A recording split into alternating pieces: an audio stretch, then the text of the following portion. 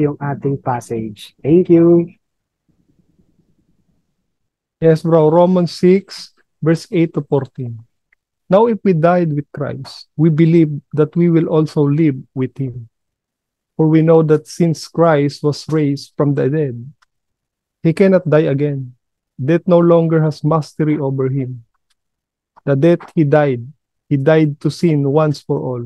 But the lives he lives to God. In the same way, count yourselves dead to sin, but alive to God in Christ Jesus. Therefore, do not let sin reign in your mortal body so that you obey its evil desires. Do not offer any part of yourself to sin as an instrument of wickedness, but rather offer yourselves to God as those who have been brought from death to life, and offer every part of yourself to Him as an instrument of righteousness. For sin shall no longer be your master, because you are not under the law, but under grace. Praise God. Thank you, Brother Ramson, for reading our passage. So let us pray for 2 minutes. Lord, salamat po, Panginoon, sa mga salitang aming pag-aaralan ngayon, Lord, in the book of Proverbs. May we ask your wisdom and knowledge and the right preparation, Lord. Nothing I can do nothing, Panginoon, without your knowledge and wisdom, Panginoon. So we commit this time to you, Panginoon. Turuan niyo po ako ng mga dapat kong sabihin, mga hindi dapat, Panginoon. May the Holy Spirit, Panginoon, be upon us. Your presence sa lahat po na nandirito. Speak to us. Kausapin niyo kami, Lord. Convict us, Lord, with your holy word, Panginoon. In Jesus' name we pray. Amen. Amen. Yan. So, tingnan natin yung passage, yung context ng passage. So, talon tayo sa verse 1 para mas maintindihan natin yung verse kanina. So, yun nga, ang Romans 6 is ang tinutukoy dyan, that is the consequence of righteousness. So, sa Romans chapter 5, we are justified by the righteousness of Jesus Christ. Kasi hindi natin naman kayang abutin talaga yung standard ng Diyos. It's because of God's righteousness, or Jesus Christ to be specific, kaya tayo naging righteous. So dito pinapakita sa Romans chapter 6. Anong gagawin natin? Because we are justified by righteousness of Jesus Christ. Kaya ito yung verse na yon. Sinabi ni Paul, what shall we say then? Anong masasabi natin? Magpapatuloy ba tayo sa pagkakasala para sumagana sa atin ang biyaya ng Diyos? So sinabi ni Paul, hindi. How shall we die to sin? Still live in it. Kung talagang totoong alipin na tayo ng Diyos, alipin na tayo ng Kristo, natanggap natin ang biyaya ng Diyos, does it affect, nakaka-apekto ba ito the way we live? Mamumuhay ba tayo ng matuwid? Or mamumuhay pa rin po tayo na makasalanan? Kung si Kristo'y namatay para sa ating mga kasalanan, how can we live in sin? Ang pinapakita sa atin ni God, pinapakita po sa atin ni Jesus Christ, yung pagkamatay niya is a picture also that we died into our sin. Nung siya'y namatay sa cross ng Calvary. So, grace is not a license to commit sin. Marami sa atin, mapagmahal naman ang Diyos patatawarin tayo. Okay lang yan kasi mapagmahal naman ang Diyos. We are not under the law. Sabi kanina ni Brother Ramson. We are under grace. But the Bible says that the grace of God is hope. Pag-asa po yun. Pagkakataon. Okay? Righteousness, yung katwiran natin, ay hindi natin kayang abutin ang katwiran ng Diyos. So, hindi natin kayang maging banal, hindi natin kayang maging matuwid sa sarili natin. It's all because of the grace of God, and to be specific, yung Holy Spirit. So, in the Greek word, ito guys, yung salitang antinomianism. Ayan. It's a Greek word kasi marami sa atin talaga gina-justify yung sin natin, gina-justify natin yung sin natin because we know that we have a gracious God. Antinomianism is a belief that states we no longer need to obey God's law because it is all about grace. So naisip niyo ba yan, guys? Na-experience niyo ba yan na mapagmahal naman ng Diyos natin? At wala na tayo sa kautusan. Yung kautusan po dyan, yung 10 Commandments. Okay? Para mas klaro tayo. So, maraming tao, yung grasya ng Diyos, ginagamit nila para ma-justify yung sin nila. Para may lisensya sila para magkasala. Pero sabi ni Paul, di ba? Hindi. Kasi paano tayo mabubuhay sa kasalanan kung patay na tayo sa kasalanan? That's the picture of Jesus Christ. He paid for our sins in the cross of Calvary. So, does it affect the way we live? Nakaka-apekto ba to sa pamumuhay natin? Kasi kapag Kristiyano ka po, makikita kung namumuhay ka sa katuwiran, kung namumuhay ka sa kabanalan, the people around you will observe or notice. Mapapansin po nila yon. If you're living by righteousness or by living in the will of God. Pero dito sa Jude 4, that is exactly what Jude, yung half-brother ni Jesus Christ to. In verse 4, sabi niya, for certain people have crept in unnoticed, those who were long beforehand marked out for this condemnation. Sinasabi ni Jude, may mga Kristiyano, pumapasok sila sa church, tapos hindi namamalayan.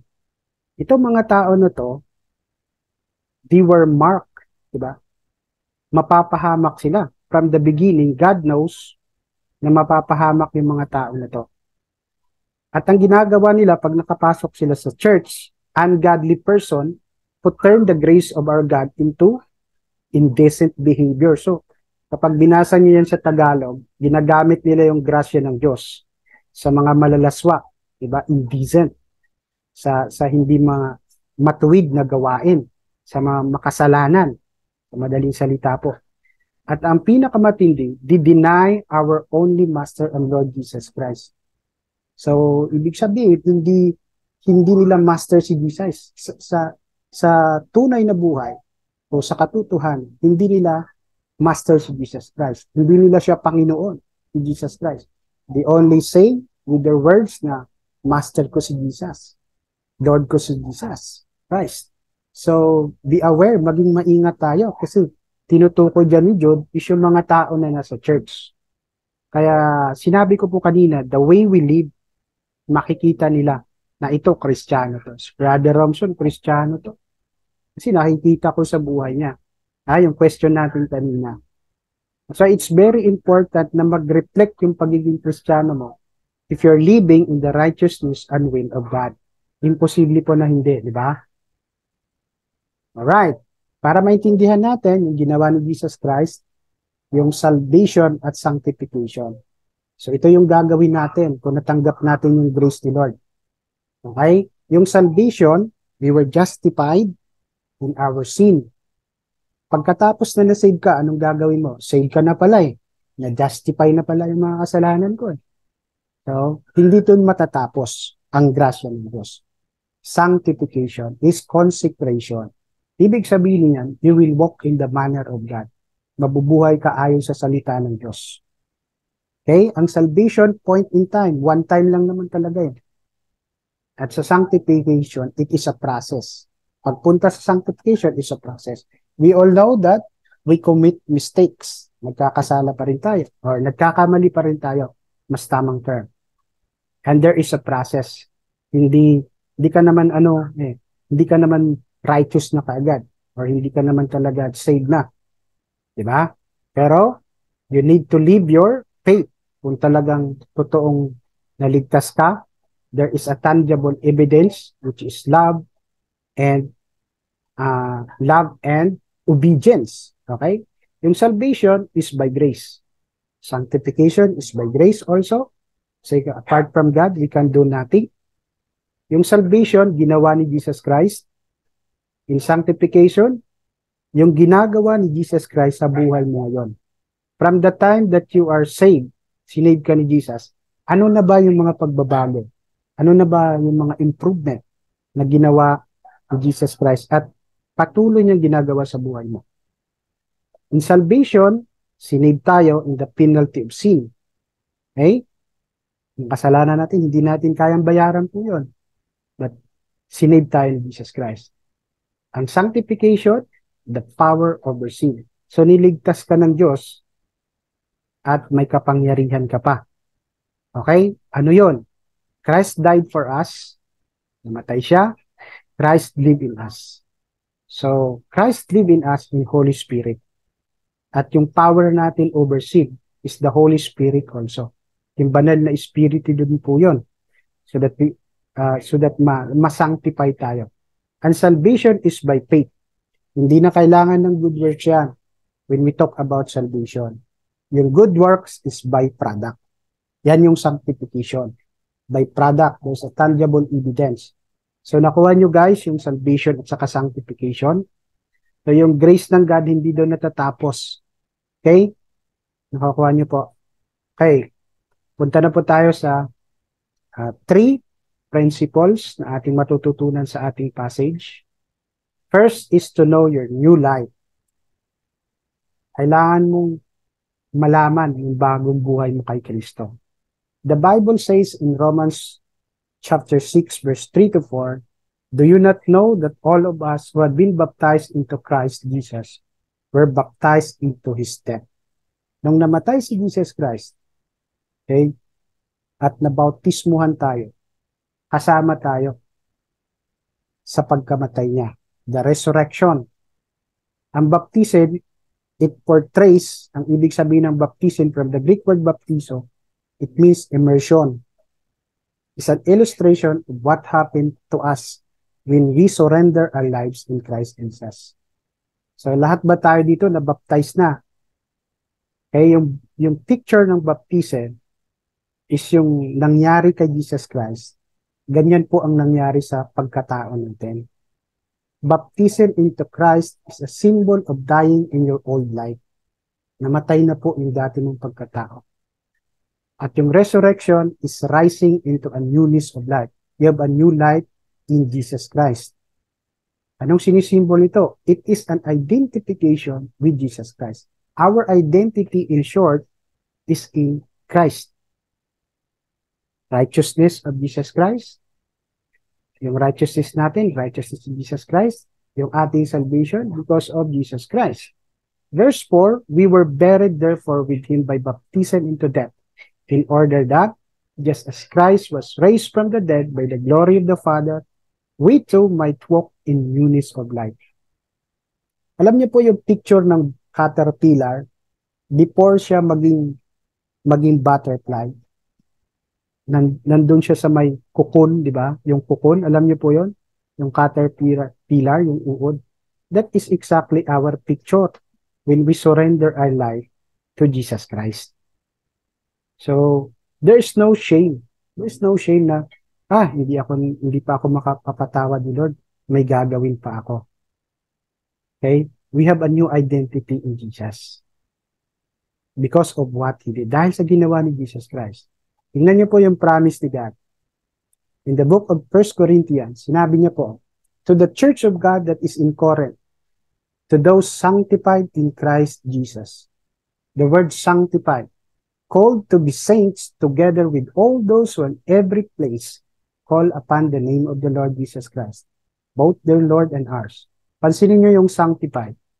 Pansinin niyo yung saints. We are called saints. We are called sanctified because of Jesus Christ. In Ephesians chapter 1 verse 1, Paul, an apostle of Jesus Christ by the will of God, to the saints who are in Ephesus, are people in Christ Jesus. So saints, banal, wow, santo. Alam niyo guys, yung santo in the Old Testament, it is a picture of sanctuary.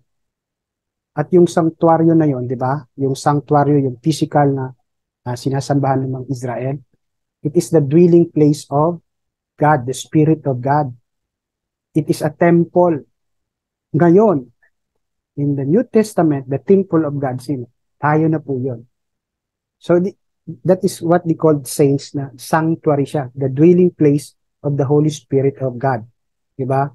If we receive Jesus Christ, our Lord and Savior, we are sanctified, and the Holy Spirit dwell on us, na-seal tayo, na-mark tayo ng Holy Spirit of God. So, hindi lang dyan sa Philippians, as sa Ephesians, meron din po sa Philippians, chapter 1, verse 1, in Colossians, meron din po doon. So, kung na-sanctify tayo, we are saints, we are called to be saints, meron tayong access. It reminds us po that we have access to a newness of life. We have a new freedom sa kasalanan. So, do you want to be bondage of sin? Gusto niyo ba na maging maalipin kayo ng kasalanan? Siyempre, hindi po. That's one of the blessings of God that given to us. We have a new life in Christ Jesus. In 2 Corinthians chapter 5, verse 17, sinabi niya din po doon, the old has come, the old has passed, and the new has come. Yung mga tumanggap kay Jesus Christ. Okay? And number 2, you got to know your freedom. So, nung nalaman mo po na meron ka ng bago buhay kay Jesus Christ, you have the identity in Christ Jesus Christ. Meron ka na pong kalayaan. In verse 5 to 6, for if we had been united with Him, death like His, we shall certainly be united with Him in resurrection like His. We know that our old self was crucified with Him in order that the body of sin might be brought to nothing, so that we no longer be enslaved to sin. So, question sa atin, do you believe that you have freedom to sin? Some of us, meron tayong paulit-ulit na kasalanan na ginagawa. Ano kaya yun? Pwedeng social media. Some of us, addiction of something na hindi niya kayang isuko sa Panginoon. Some of you, worry of your situation. Nangangamba ka dahil sa kalagayan mo. It is a sin. Worriness is a sin. Because the Bible says that do not worry about tomorrow. Nabi ni Jesus Christ yun, di ba? We are all familiar of that. Alam niyo po, kapag every time that we give into temptation or sin, it becomes necessity. Kasi bakit? It will become an addiction na parang hindi na kompleto yung araw mo, yung buhay mo kapag hindi mo nagagawa yon. That's the danger of sin. Tayo po, namatay si Jesus Christ, nabuhay na muli, para meron tayong kapangyarihan over sin. Naalala niyo po yung sinabi ni Jesus Christ, where is the sting of death? Sabi niya, tinalo niya yung kamatayan. The sting of death or sin is in the law. Kasi nga, bakit ka mabubuhay sa law, sa kautusan? Hindi mo kayang gawin yon. Diba? Yung 10 Commandments, baka 2 pa lang, hindi mo na kayang gawin. Yun po ang nagpapalala sa atin, that we are under grace. Ang gusto ng Diyos, we need to be honest. Maging honest. Hindi naman gusto ng Diyos sa atin na maging perfect tayo, na hindi na tayo nagkakamali. Of course, Jesus or God doesn't command us na hindi natin kayang gawin. Kasi we have the Holy Spirit. And in the book of 1 John, sinabi niya na yung mga totoong anak ng Diyos, hindi sila nagpapatuloy sa pagkakasala. Iniiwasan nila ang pagkakasala. Yun ang totoong nagmamahal sa Diyos at sumusunod sa Diyos. Okay? We have the privilege po of following God if we submit ourselves and surrender our life. Holy Spirit, kailangan din nating mag-submit to the power of the Holy Spirit para meron kapangyarihan ng Holy Spirit. Remember po, if we accept Jesus Christ our Lord and Savior, the Holy Spirit mag-dwell sa atin yon. I don't know guys if you believe it or not. But the moment na tinanggap niyo si Jesus Christ, mayroong dwelling ng Holy Spirit. Most of us lang nakakalimutan natin mag-submit to the Holy Spirit. Okay?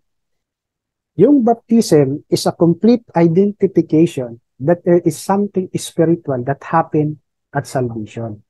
Ano yung nangyari na yun? We were set free from sin's power. Diba? Marami sa ating, Lord, tulungan niyo ako. Bakit ganito, Lord? Paulit-ulit yung kasalanan na to sa akin. Lord, tulungan mo ako. Some of us, binabalikan yung mga sin natin from the past. That's a sign of bondage to sin. But we know that we are set free from sin's power. Kaya tayo may kalayaan. Many of us are imprisoned by ourselves. We give in to our lust and appetites. Ano yung mga lust na yun? Lust of the flesh, lust of the eye, boastful of pride. Most of us imprisoned ng mga kasalanan. Yet, we have a new freedom in Christ. So, ano gagawin mo? We need to accept. We need to acknowledge yung freedom na yun so that magkakaroon ito ng power over sin. What a wonderful promise of God. And lastly po, yung ating live out your new life. You have a new life in Christ Jesus. You have the freedom na binigay sa'yo ng Diyos. So, anong gagawin mo? Siyempre, ipamuhay mo yung salita ng Diyos. Kung totoong pinalaya ka ng Diyos sa kasalanan. So that we can overcome any temptation, any trials in our life. In verse 10, the Bible says, for the death he died to sin. Once and for all. Minsan lang naman po. The Bible says that minsan lang po namatay si Jesus Christ. But the life he lives to God. Yung buhay niya, nung isinuko niya, sinabmit niya sa Diyos, namuhay siya para sa Diyos. So you also must consider yourselves dead to sin. Patay ka na sa kasalanan. At buhay ka na sa Diyos dahil kay Kristo. Let no sin therefore reign in your mortal body to make you obey its passion. So kapag hinahayaan natin yung kasalanan na maghari pa rin po sa ating mga katawang lupa, eventually, you will obey its passion, the Bible says. So ano yung keyword dito? Consider yourselves dead to sin. Patay ka na sa kasalanan.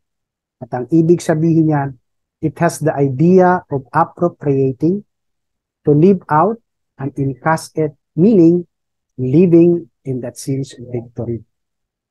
May power ka, may kapangyarihan ka na pagtagumpayan ang kasalanan. Hindi lang natin ginagamit. Okay? The Bible says that i-present natin ang ating katawan holy sacrifice to God. It means, anong ibig sabihin nun? Ang ibig sabihin po nun, hayaan natin yung katawan natin, represent natin sa Diyos na maging instrumento ng katuwiran. Kasi alam natin na si Jesus Christ na po yung master natin. Nabubuhay tayo kay Jesus Christ. Nabubuhay tayo sa pananampalataya sa Kanya. Nabubuhay tayo sa pagsunod sa kay Kristo. And before I end, let me say this. This is a powerful instrument po para ma-overcome natin po ano man yung mga sin na yan sa buhay natin. In Galatians 5:16-17, but I say, walk by the Spirit. Tumakad po tayo sa Espiritu. And you will not gratify the desire of the flesh. For the desire of the flesh are against the Spirit, and the desires of the Spirit are against the flesh. Magkalaban yan. Kaya nga sabi ni Paul, gusto niya daw bumait pero hindi niya magawa. Sinabi ni Paul na yung ayaw kong gawin, ba't yun ginagawa ko? At yung gusto niyang gawin, yun ang ayaw niya. For these are opposed to each other. Magkalaban talaga to keep you from doing the things you want to do. Kaya pala hindi mo magawa yun sa sarili mo. Diba? At magagawa mo lang yun by the power of the Holy Spirit. His grace will bring out about our sanctification. Napapansin niyo po ba yon? Or na-acknowledge niyo ba na kapag ginagawa niyo yung salita ng Diyos, we were sanctified, napapabanal tayo? Okay? Amen? Because Christ is in us, we are victorious. Meron tayong kapangyarihan sa kasalanan. And that is the Holy Spirit. That is the Holy Spirit, guys. Okay? So I hope may gets po tayo, may nakuha tayo ngayon sa ating aralin. The war within